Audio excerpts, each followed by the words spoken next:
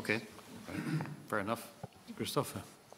Well, this was more to follow up on certain comments. And first, I'd like to say that seeing the three of you, including you, Bill, but you're a moderator, so it's a little bit different.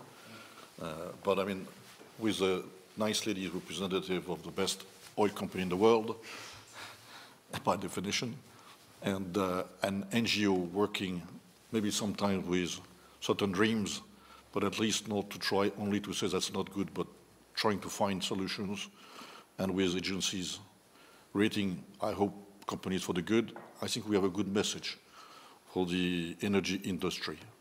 And it means that we know that we have to do better, that it's not easy, that we have to be realistic. I use your words many times. You said bankable, you said it has to be economical. So, I mean, I think we are going into the right direction, but with certain problems. Bankable today, it's not bankable. And why? Not only because of the crisis, because today there has been a bubble on many of those renewables. And if we take solar, for instance, I mean, solar today is almost bankrupt. It's even bankrupt in China. So it's not only a question of being bankrupt in Europe or whatever. It's bankrupt in Germany first country who started solar. It's bankrupt in China because of the same bubble. And we have ourselves made an acquisition of a big solar company, SunPower. And SunPower, I cannot say they are in such difficult paths because they have Total backing in any case. But I mean, they are in a very difficult situation.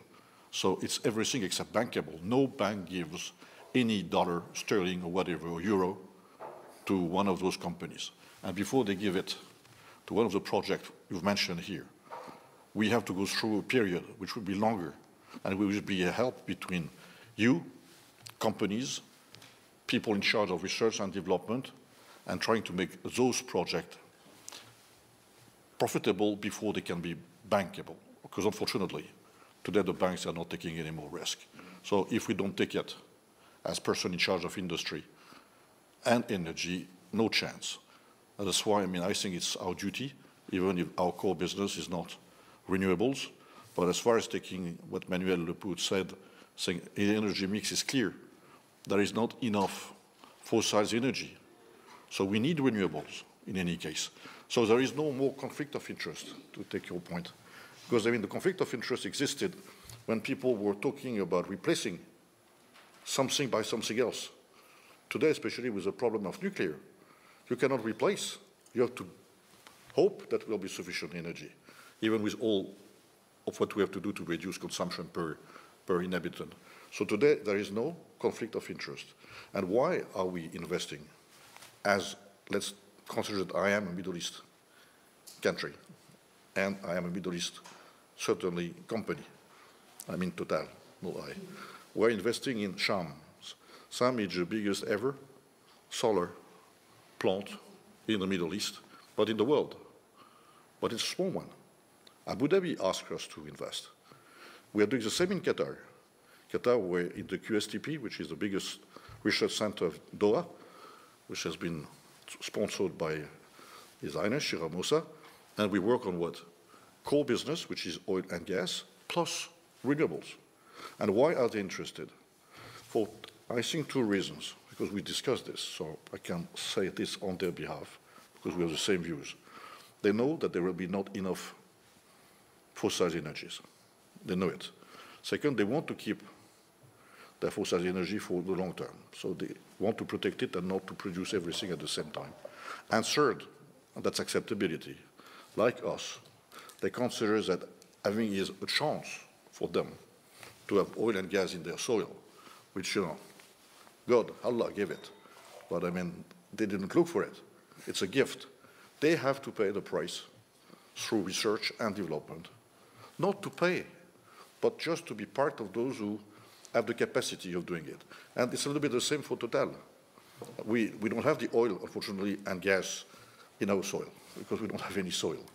But we have this chance of being a company with profits, doing well. And I think we have an obligation, moral obligation, it exists in business, to spend money in research and development for those renewable energies. in a pragmatic way.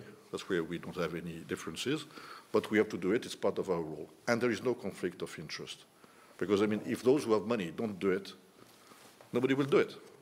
That's why I like the pressure you're putting on us, but at the same time, it needs to be good pressure, because, I mean, if we stop, good luck, because there will be nobody behind. So that's where my comment. And one, but person is not there anymore about volatility. I've been surprised yesterday at the meeting where our French central bank came and said, be careful, the traders are not responsible for volatility. Okay, I fully support this, because we are all responsible for volatility. When you say, wow, euro is in an awful state, awful shape, boom, the trader is just spitting what has been done by others. And saying this in front of Bill, my old friend, I mean, we know that embargoes are important, we know that embargoes are necessary, but at the same time, embargoes have an impact on oil price. And after you can say, oh, why? It's life. Libya has an impact, Nigeria has an impact, Venezuela has an impact. Then traders are using it to make it more profitable for them, more volatile, which is not good for them. But the real volatility is coming from facts, from what politicians are saying and doing, and that's the reality. And my last point, Norway is the best ever producer on earth. So when you said, I mean, you have a conflict because the Middle East... Norway is a little different. Because Norway, they have more oil and gas per inhabitant than in the Middle East. And they are so rich. Yeah, it's also, I just realized... We call them the Kuwaitis with blue eyes. That's because nobody lives there. Yeah. Please, a question over here. Sorry.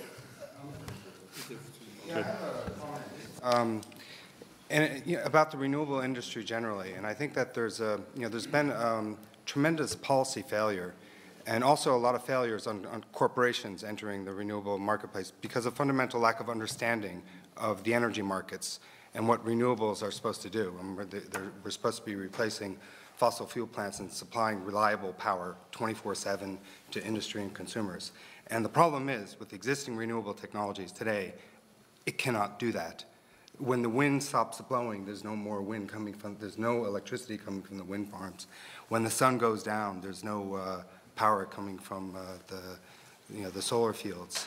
Unless there are some technologies which are very promising, and which is why I'm perplexed why there's so many resources have been poured into the PV industry when it's a fundamentally intermittent solution. It's just a fuel saver.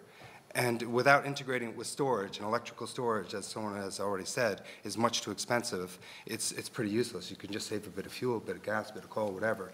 But even then, it's hard to turn down your coal plants, and you can't turn down your nuclear plants. So it's really hard to see how it's going to really scale up. There are some technologies which are very promising, like CSP, which is Paul has been talking about and that's why the Sahara project is so interesting, because it integrates storage with it, and so you can actually replace fossil fuels. And that's what. And actually, I do have a question for the representative from Total. I'm trying to understand the solar strategy, because you've made this big investment in PV, which is fundamentally intermittent. But then, as your CEO has mentioned, you're also involved in CHUMS, which is an integrated project with, I think it's not with storage, it's actually with hybrid, which again goes to Paul's comments, where you have this interim stage where you have hybrid technology which integrates fossil fuels and renewables, and that's a very interesting solution as well. And so I'm just trying to understand, what is Total's strategy in solar, and how do you see PV fit in with CSP?